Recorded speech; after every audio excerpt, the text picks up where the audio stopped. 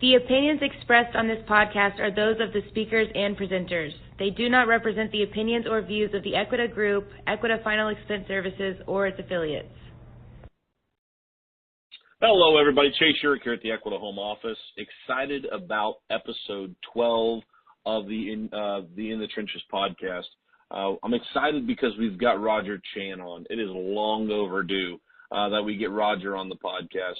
If you look back and you go through iTunes or you go through the library, you'll see that we've had some unbelievable guests. Don Francisco, Chris Smith, Ben Bowman, Holden Hassel, Josh Jensen, the list goes on and on. We've had a great group of speakers. Last week, Peter Walker did a great job. I'm excited for each and every one of you guys today, and then also myself from a selfish perspective, because Roger has such an awesome story to tell. So with that being said, we're going to go over some quick updates, some news you can use, and then we're going to get right to our guest and go over the interview. So first and foremost, we talk each and every week about getting plugged in, getting connected, having a system, having a track to follow. How many of you guys are plugged into the Dropbox? How many of you guys are plugged into the community chat? If you're on the call right now, whether you're a new producer, you've been with us for months, weeks, whatever, if you don't have access to either one of these things, let us know. If you're not familiar with the Lead Center and how it works, let us know. We want you to be able to utilize each and every one of these tools and resources that we put here in front of you to its fullest. It helps your business. So if you don't know how to do it, let us know. We'll get you taken care of.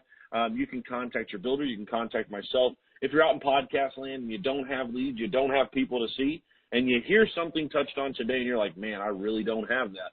I don't have enough activity. I don't have a mentor that can show me how to do it. Give us a call, 800-765-0711. We have some of the best in the business all across the United States that can help you out. So if you need personal one-on-one training, we can help you. If you want to be, in really kind of close proximity with a local builder, we can help you. We've got some of the best in the business, as I mentioned. So if you hear us in podcast land and you're not live right now with us and you're catching this a week or two later, give us a shout. We'd love to talk to you. I want to go ahead and get rolling right to our guest. Keep the updates in news short today because we got a good one, as I mentioned. For those who just jumped on and just joined in, Roger Chan is on and he is ready to go. So let's get started.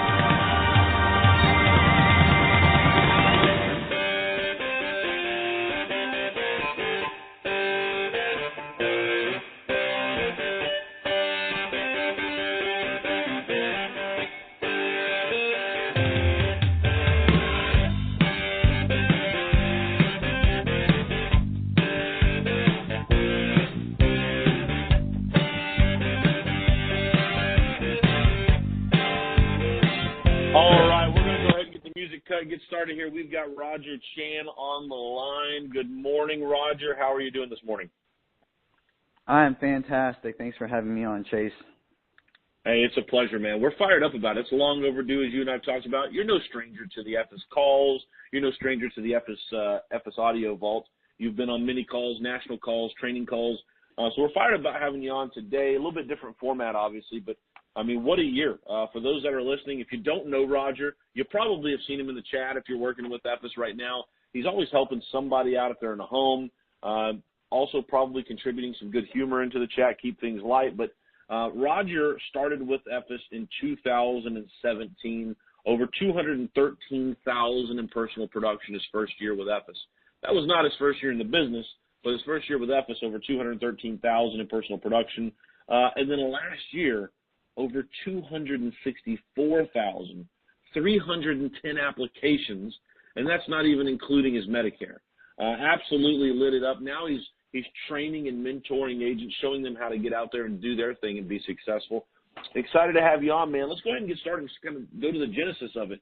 When did you officially actually get first started in the business? I first got started in, I believe it was 2015, 2015, maybe early 2016. I got out of the Army. I was actually working intel for the United States Army as an Arabic linguist before I actually got into insurance. And when I got out, I didn't have any type of plan. I didn't have any resume. I didn't know what I was going to do. But I had read some books and did some research, And it was funny, what brought me to Texas was that I was actually stationed out over in San Angelo, Goodfellow Air Force Base. And growing up in the Army, my dad was in the Army, I was in the Army. I've kind of been all over the States, and I don't know what it was, but for some reason, maybe it was the weather, the air, something about Texas drew me, and I just knew that I wanted to come back to Texas, and decided to visit Dallas, Houston, and Austin. Out of those three places, Austin just kind of fit the bill, and I had originally wanted to come out here and get into the real estate of rehab, flipping real estate. I knew that Austin was one of the fastest growing cities in the country, still is. So when I came out here, I had no idea. I just came out here on blind faith that it was going to work because I kind of had no other options. So got out here and I started driving for Uber and Lyft for a little bit before I could, really get my bearings settled and whatnot. And during that time when I was driving, I was still searching the job boards online, and I came across this ad on Indeed, and it said something about uncapped commissions, work your own schedule, blah, blah, blah. It sounded good, so I thought, oh, hey, why not? Gave the number a call, and then that's what led me into my first IMO. I first started out at this place called American Senior Benefits. I worked there for about 9 months. I was on really, really low contracts, and any training that I did with the field trainer, I would have to split my app with the field trainer. So come to find out, it wasn't a very good deal, and that's whenever I made a call to EFES and spoke with Austin Gibbs, and about 2 days later, I was coming on board learning final expense. So that's pretty much how I got into insurance. And what was your first impression? I love asking the question to each and every one of our guests that we have on. What was your first impression? Different stories. We joke about it, and you can probably hear it on every podcast. Some of the guys were like, man, I thought it was illegal, the amount of money some of the producers were making.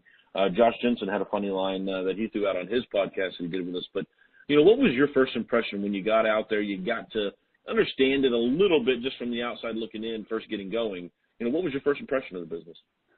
My first impression, since I came on at such a low contract, I kind of thought that was the norm for insurance. Because I didn't know what else was out there, so it kind of felt more of like I could see the potential in it, but I wasn't feeling the potential, like in my bank account, in other words. So it wasn't until some guy in my office was scheduling more appointments than anyone else. I asked him what he was doing, and he said he was scheduling, he was working with an online vendor of leads for final expense, and I thought that was a really great idea. So when I made the phone call to EFES, I would say within the first 6 months of coming on board, that's when my financial situation really took a change, just because I went from a really low contract to more than double of what I was at over at ASB, and when I saw those deposits hitting, I could either work the same amount and get more than double the money, or I could work half the amount and get the same money. But once those commission checks started hitting, it just kind of brought everything together for me, and I just felt that, I'm not going to work the same and make double the money. I'm going to work even more and just get as much money as possible. So it wasn't really until that, the first 6 months of really getting familiar with final expense, learning how to sell final expense, that it really started to hit me that this is a real thing. Like, people do this every day. And that's kind of, I went from not so much liking it to just being addicted, and that was my first impression, especially on final expense. I love it. Yeah, I love it, man. I know that you've got a passion for the business, and it rings through for anybody who knows you. Even after the first opportunity getting to meet you, they see it very quickly.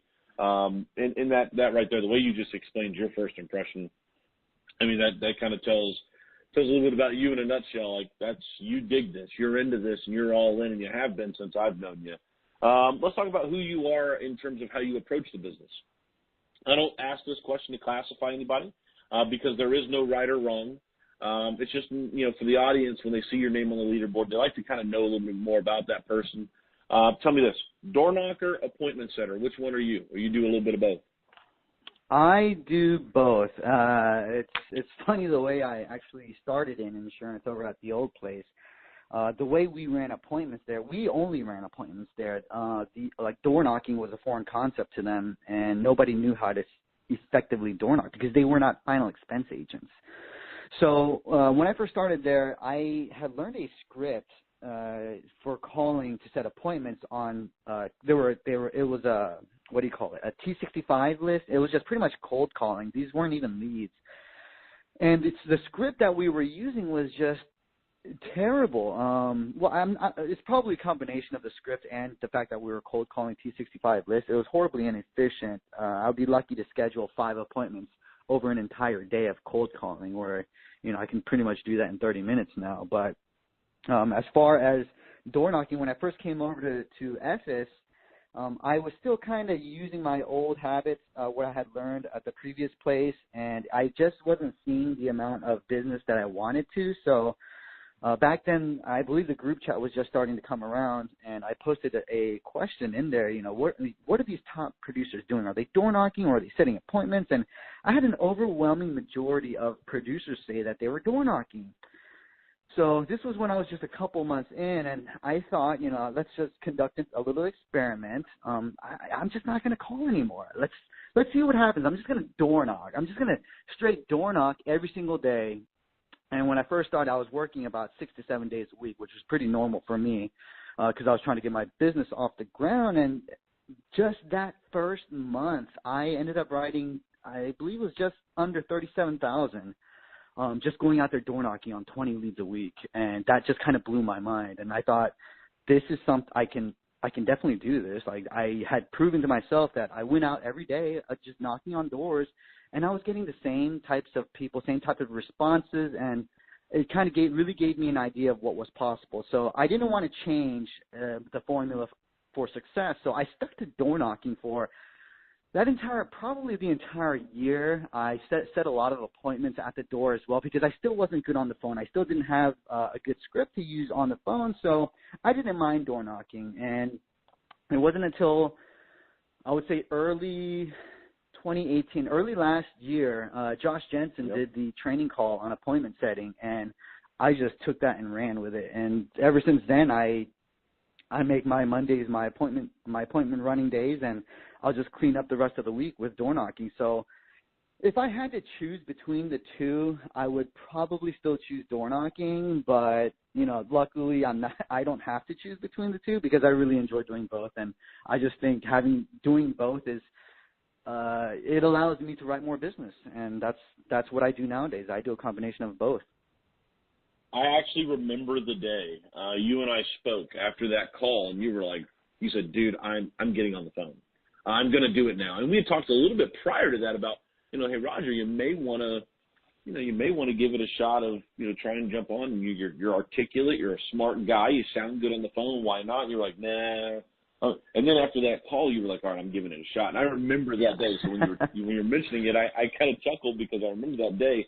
But at the same time, you're so good at both in a short amount of time. And I'll throw this out there. If you're live right now and you're currently working with EFES, there was an email that went out yesterday, and I think it's really, really cool. Josh Jensen invites you to listen in on those sessions.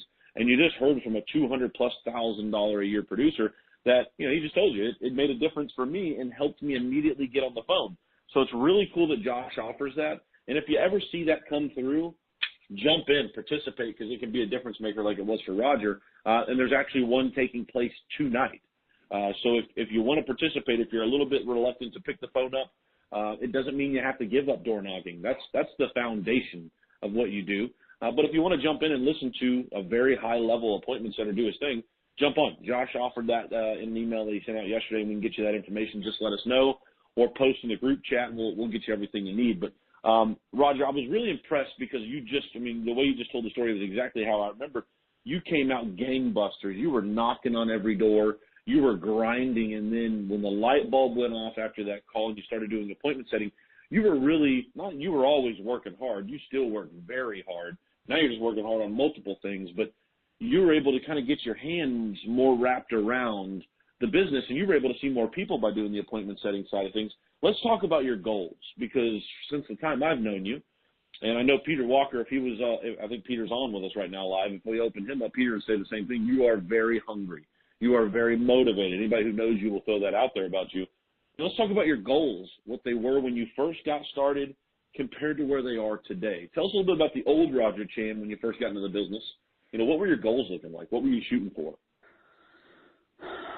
It's funny you mention. I am just kind of one of those guys. I don't have like a hard number or anything. My goal when I first started out, like I just wanted to make money, more money than what I was making at my old place. My old place, I was probably making less than $50,000 a year, and it was hard. I was receiving government subsidies, and when I first came on, my goal was I just never wanted to leave the field empty-handed. My goal was to at least just get something for the day, and as long as I can get something for the day, I'm okay with it. That's it. And as long as I was doing that on a daily basis, every time I went out, the numbers just kind of started adding up. And I just, I saw this. It was very effective just as long as, people have number goals. As Ben mentioned before, there were number goals and there were activity goals. For me, it wasn't a number goal. It was just an activity goal. I just wanted to get out and just make a sale. And then if I just consistently did that, I just saw my name just climb higher and higher up on the leaderboard. Not necessarily as that was my goal, but that was just a byproduct of the work that I was putting in. So after the first year, I was grinding so hard, 6 to 7 days a week for my first year.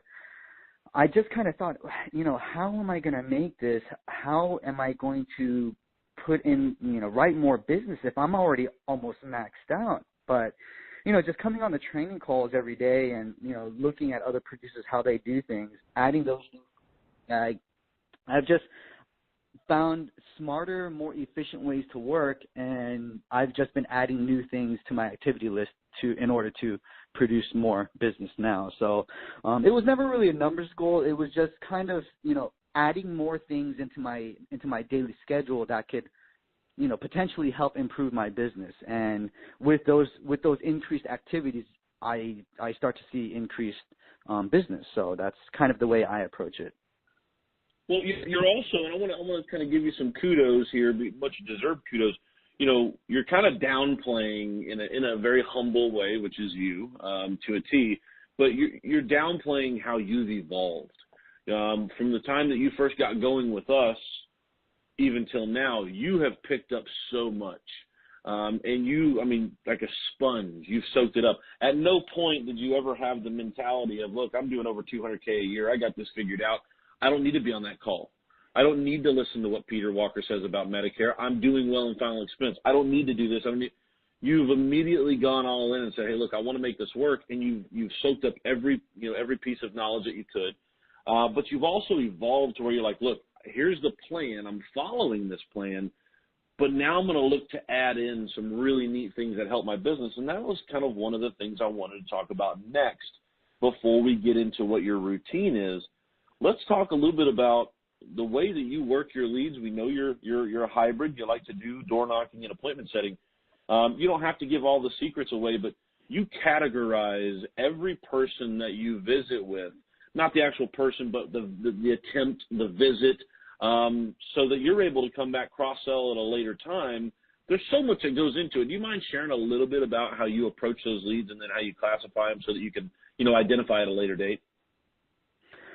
Yeah, so the way I work my leads, I'll just print out the stack of leads and I'll go hit the houses, and I always carry my stack of leads with me to whatever house I go to, and whatever happens at that house, whether I get into the door, whether they slam the door in my face, whether we have a small exchange at the door and then I don't get in, all of these scenarios, I have a coding system that I use. So let's just take, for example, I approached the house and they were not home. Okay, I knocked on the house, then I'm just going to simply take the lead and I'm going to write NH. It's a 2 to 3 letter code. NH stands for not home. Or if I got in the door and they, were not interested in the house and they kicked me out, then I'm going to write NIH, which is not interested in the home. So what I do with that is whenever I come home, I will just enter into the lead center in the little comment box that same code and save it. So that way, if I ever reprint the lead based on if I'm still door knocking, I'm still going to print out those NH leads because they just weren't home. I never talked to anybody, and that way when I show the lead to the client, they're going to see in the comment box. They're not going to see, oh, they were not home. This guy must have been at my house before. All they see is a little code, NH, which they have no idea what that means. And I'm then able to just kind of cherry pick my leads as to which ones I've hit, which ones I haven't hit, which ones I've worked harder, which ones I haven't worked that thoroughly. And I'll pretty much sort out my workflow based on those codes that I use. That's really awesome. And I know that you did a call where you did a deep dive on how you do that, and it allows you to, as Peter always talks about, compliantly go back and visit people based off of your initial interactions with them, and then also how you indicated in the system. It's really, really neat. I've always enjoyed listening to you talk about how you do that. Let's talk about one of the big things that gets brought up from producers that listen to this podcast. They want to know about how you do what you do. So we'll talk about routine. Are you 7 days a week, sun up to sundown? How do you do what you do, like from the moment you wake up till you end the day? This is another one of those type of things where I do realize I'm a little bit of an anomaly compared to the regular producer. I'm one of those guys who doesn't have a hard schedule that I follow. There's just so many variables that go on in my life. I have a very, I don't know how would you say it, a very I don't want to say complicated, but there's just, when you have kids and, just all these other things that it's very dynamic, and if I try to commit to one thing, it just ends up going through the drain throughout the week. But one of the things that I try to stick to the most are my Sundays and Mondays. Those are my two most important days of the week, because my Sundays I will completely dedicate. Sunday is my dialing day. If I hit the amount of appointments that I need to in the morning, that frees up time to do other items later in the day. However, if I don't set all my appointments in the morning, I'm going to be dialing in the evening as well. And this is to set up my entire Monday. Mondays, I typically like to run between 8 to 10 appointments. If I'm running anything less than 8 appointments, then I probably wasn't doing my job on Sunday. If I have more than 10 appointments, then I'm probably going to be coming home by around, 9, 10 o'clock that night. So just when it comes to field days, I work a little bit, probably on average, maybe 4 days, 3 or 4 days a week in the field on average this year or last year compared to 2017, just because I've simply learned how to work more efficiently, work a little bit smarter. But the other days throughout the week, so if I'm running my appointments on Mondays and I've pretty much dried up all of my leads for appointments, and I'm cleaning up the rest of the leads that I wasn't able to set by door knocking. So that's where the door knocking comes into play. Monday is hard appointments. Whatever's left over throughout the week, I'm going to be hitting them at the door, and then I'll be rinsing and repeating the very next week. Beautiful. Okay, cool. One thing that I'm not going to use this as a plug, even though if it was, it would be a shameless plug because I believe in it so much, and I know you do too. But for those that are on with us right now live, but then those that aren't even with EFES, let's talk about how Medicare has changed the game for you and your business. Working with Peter, him kind of showing you, coming to you and showing you, this is how you do it. How big of a game changer has that been for you in such a short amount of time? Medicare is huge. My biggest regret is not doing Medicare earlier. So for me, it's just allowed me to, it's taken a lot of pressure off of the final expense sale. I don't have that, what we call commission breath in every house. Just because Medicare, Medicare, a lot of times it'll save your day, or it'll save even your week. If you're having a bad week, especially if we're this early in the year where Medicare is paying out almost a full commission in January and February, then, you know, if you pick up a couple of initial enrollments, those are literally the equivalent of a couple final expense sales. And that's just mentioning the upfront side. You know, obviously I just got started in Medicare in March of last year. And I'm really looking forward to that first renewal check that's going to hit on Monday. I was able to sell about 150 plans from March through December, so I should be getting some good renewals this year on top of that. So, you know, if you're running final expense every day, and if you're feeling maxed out on final expense, I mean, I feel that the only natural progression is with Medicare, and the Medicare is going to allow so much more additional growth if you're a final expense producer in terms of your income, that it's almost a no-brainer to add it once you've reached the level of where you need to be with final expense, of course. And that's the big ticket. I mean, you hear Peter talk about it on Medicare Madness on Mondays.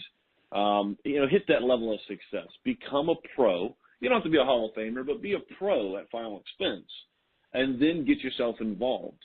Medicare is a game changer. I love hearing you talk about it because, you know, we've seen firsthand, you know, how you went from, you know, and it's not about how many leads you take. Everybody's different. But you were taking a lot of leads, and you would continue to do so, but you're now able to take that one lead that you received and turn it into 2 potential sales. And it's a game changer. Not just 2, but maybe even more with some of the ancillary products. But it's a game changer, and it's awesome to see you do it. And to the ability to have somebody like Peter, who has the final expense skins on the wall, come out, get in the car with you, and not just tell you about it on a conference call, but ride with you and show you, hey, look, this is how I do it, and this is how you're going to do it to be compliant. And that's the big thing. I mean, he's been in the car with you a couple of different times, right? And that was an eye-opener. Yes. Mm-hmm. Absolutely. Yeah, I mean, it's really cool. I mean, the ability to have a $350,000 a year producer jump in with you is really, really cool. So I just love touching on the Medicare side of it for those that, you know, like yourself, Lovely, Josh, and some of the others that are doing it and doing it at a high level. James Irwin jumped in. James is doing very well at it. It's just really, really neat to see the producers jump in and get going on it because it's a game changer, you know, for the residual side of the business. Let's talk about, we've talked about a lot of the good stuff, a lot of the fun stuff, a lot of the pretty stuff. Let's talk about some of the blemishes. If you had to share with us a little bit about, you know, what you feel bad habits are, what do you believe, you know, one of your bad habits would be if you had to kind of do a little self-reflecting right now? What would be your bad habit? My bad habits. Wow. I think that one of my bad habits, I wouldn't even say it's a habit. I would say it's probably more of a inherent characteristic of my personality is that I don't have patience. I don't have patience with a lot of things. I you know, even if it's with a client or I guess it kind of serves as a double-edged sword as well. It's good on one end where it's good to the fact that I don't like waiting on money. I always want to get that business today. Like, I have a strong sense of urgency, which is a good thing. But on the other side is, you know, if I don't have patience with, you know, some of the relationships that I build, then that's not necessarily a good thing either. But I would say probably my patience, not just with, you know, with people, but with business. It's kind of been a double-edged sword for me. And I would say probably the other thing would be really following a hard schedule. Because I don't have a hard schedule, I think I probably might have missed on some opportunities that were present before, but I just didn't capitalize on it.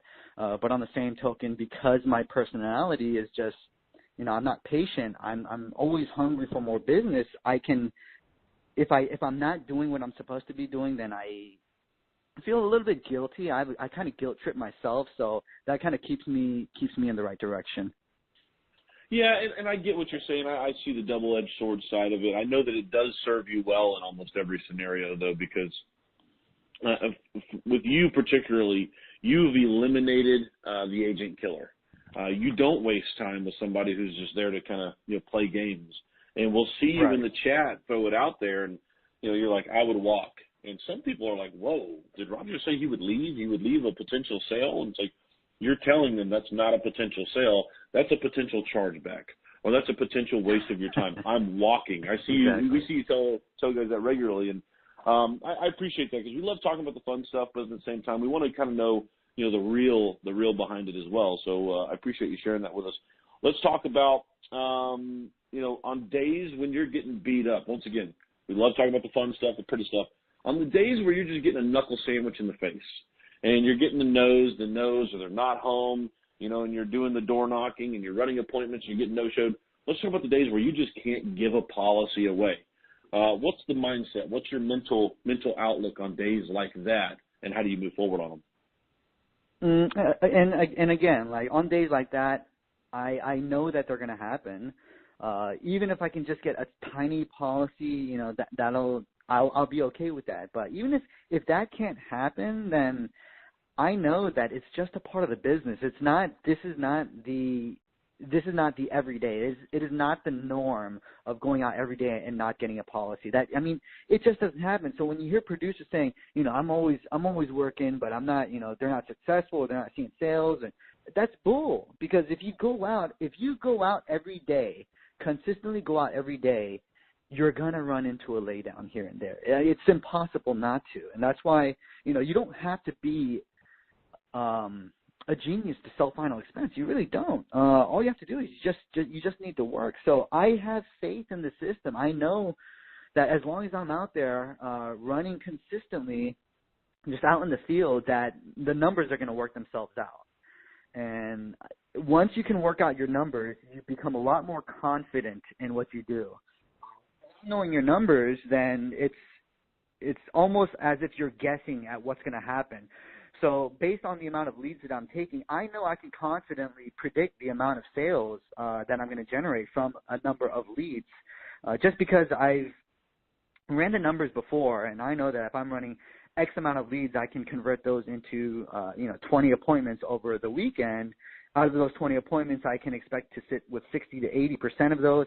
Out of the 60 to 80% that I sit with, I know that I'm going to close half of them. So you can kind of formulate a scientific rationale behind your business, and it'll just give you more confidence. And even though you know that sometimes you're not going to hit in every single house, that's just a portion of the percentages that's not working in your favor. As long as you're working every day or consistently, you're going to have the other end of the equation work out in your favor. So it's just having faith in the system. Absolutely. In terms of having faith, you got to have faith with the carriers that you work with and the products that you're out selling. So I know that you're real big on Social Security billing, as you should be. Tell us a little bit about your product lineup and why you prefer to sell with those carriers. So when I first started out, I was kind of reluctant to walk away from business because I hadn't made enough sales to know what was good business, what was bad business, what's better to just walk away from. So over time, I came to find that, whenever you're writing a piece of business with the final expense market, for everyone really, Social Security billing is huge because we know that these people, they'll pull their money out as soon as they get it deposited. So for me, I really like writing Transamerica and now American Amicable, just simply for the fact that they have true Social Security billing, which means they're going to draft the client properly in time, very quickly, as soon as they get paid. And that's very important in reducing your NSFs and increasing your persistency. I came to find out the hard way, writing with other carriers that do not offer Social Security billing, that a lot of my business was falling off. And when that happens, you get more chargebacks. And when you get more chargebacks, it can be quite a daunting task, especially for the new producer, to go out and know that when they make sales, they're only digging themselves out of a hole. So you can really avoid a lot of the headaches, I feel, by writing a carrier that offers Social Security billing, like American Amicable or Transamerica. Another reason why Transamerica just works out for my style is because on days where I'm running 10 appointments in the field, it's hard to get through a telephone interview and hit every single appointment you have lined up for that day. For me, I can write a paper application a lot more quickly than I can get through a telephone application. So, the Trans app just allows me to get through that very quickly and efficiently. But as far as American Amicable, it's almost now that these two carriers they complement each other so well, because one gets paid on draft, the other gets paid on issue. One takes insulin preferred, the other one takes insulin standard. So these two, I like to lead with these two, and just for the reasons that I mentioned, the Social Security billing, and for me, Transamerica is just, I like to call them the Swiss Army knife of carriers, because I know the underwriting really well. Do I recommend Transamerica for everyone? No, of course not. It's an 18-page application. The application has to be flawless. Otherwise, you're going to get an amendment. American Amicable is a great all-around go-to. You're going to get a decision on the spot. You're going to get paid quickly, and, it's got that Social Security billing. So I really like those two carriers a lot. Yeah, and I'll chime in and correct me if I'm wrong, but we do not recommend that a new agent jump in and start, going hot and heavy with Transamerica. There is a lot to learn, and you learned it. I know we've had that conversation multiple times, and you shared this in the group chat with everybody as well. Don't necessarily recommend that each and everybody go hot and heavy with them in the beginning. It takes a little bit of time to learn their process, learn how they do business, but they are definitely a dominant product to have. And like you said, the Swiss Army knife, where you can do a lot of damage. So love knowing that. And then one of the things that we love asking on this call, we talk about your carriers. One thing for everybody who's with us, and we've got a big turnout today, which I fully expected with having Roger Chan on, but for those also that are in podcast land listening in on a bit of a delay, you are still fairly new to this. Though you're not green, you're not a rookie. You've put up some ridiculous production. As I mentioned before, 310 applications last year. It's unreal. With all of the success that you've had already in a short amount of time, what is the biggest lesson that you learned in this business since you've gotten started and started to have some success? The biggest lesson that I've ever learned is that the most difficult part of doing anything new is doing it, is just getting started. That is the hardest part. You will not learn anything faster than by doing it. There's no matter what anybody tells you or advises you, that will not stick harder than a lesson that you will have to learn by yourself out in the field. If you let fear get a hold of you, if you have a problem with fear, just do it scared. And that is the best way to learn this business. No matter how much you sit and analyze the best approach, the best game plan, none of that matters if you're not going out into the field and actually jumping into the fire as fast as you can. And that's really the best way to become highly efficient in the shortest amount of time possible. You didn't have, a $30,000 or $20,000 a month producer to jump in the car with immediately. You just went out and did it, right? Yeah, no, I didn't have anyone to ride out with me, and because of that, I knew that I can't lean on anybody. So I knew that if I just go out, you're going to learn it. You're just going to learn it by maximizing your exposure in the field. Like I said, the fastest way to learn is from your own mistakes. I mean, it's cheaper to learn from other people's mistakes, but you will learn from your own mistakes the fastest. The faster you learn, the smarter you get, the more money you'll make in the shortest amount of time possible is what I truly believe. That's awesome. And everybody who's live right now, before you jump off, I want to throw this out there. I'm going to throw this out there now because I know Roger will be there, and he was at every one of them. This past year, we had multiple events where we came to a city. None of them were on the West Coast. Tom Simpkins will tell you that. But we had multiple road shows last year. We kicked off the new year here in Dallas, and then we visited Tennessee, Kansas City, Columbus, Ohio, Philadelphia, Pennsylvania. We had just a great run of road shows, and we had some really awesome people show up. A lot of them are new producers now with us. A lot of them were current producers. I'm not going to go into great specifics, but I will tell you, Las Vegas, Nevada, end of March, plan on booking a ticket. Plan on getting yourself to Las Vegas. This is not going to be a road show. I will tell you that right now. This is going to be an event. This is going to be something that you want to be a part of. And I won't have any spoils, but this will be the second little bit of leaking of information on this. We gave Ben the green light to go ahead and do it the other morning on his call, but it's end of March. You're looking at, I'm not going to actually throw the date out there. I promised the team I wouldn't, but just bank on end of March on a Thursday, Friday. We'll get you more details as we have them emerge.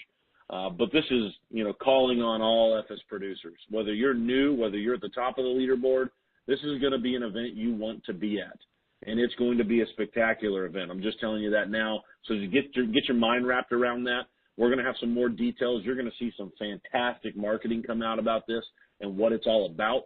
But just go ahead and start marking the calendar. Get the babysitter ready if you need to get a babysitter. This is going to be a fantastic event. So I want to throw that out there while we still had everybody plugged in. And, Roger, I can't say thank you enough for jumping on and spending some time with us, man. I know you got a busy schedule. It's much appreciated, my friend. Thanks, Chase. All right, guys, if there's anything we can help you with today, 800-765-0711. Don't let that event, that notification, that heads up I just gave you jump out of your head. It's going to happen. But if there's anything that you need help with today, contact us. We're here to help any way we can. If you're not in the community group chat, let us know. You'll want to finally take that leap of faith and figure out what this Medicare thing's all about. How do I get started? Let us know. We're here to help you any way we can. Hope you have a productive and amazing Friday, and hope you guys hit it hard. Thanks, guys.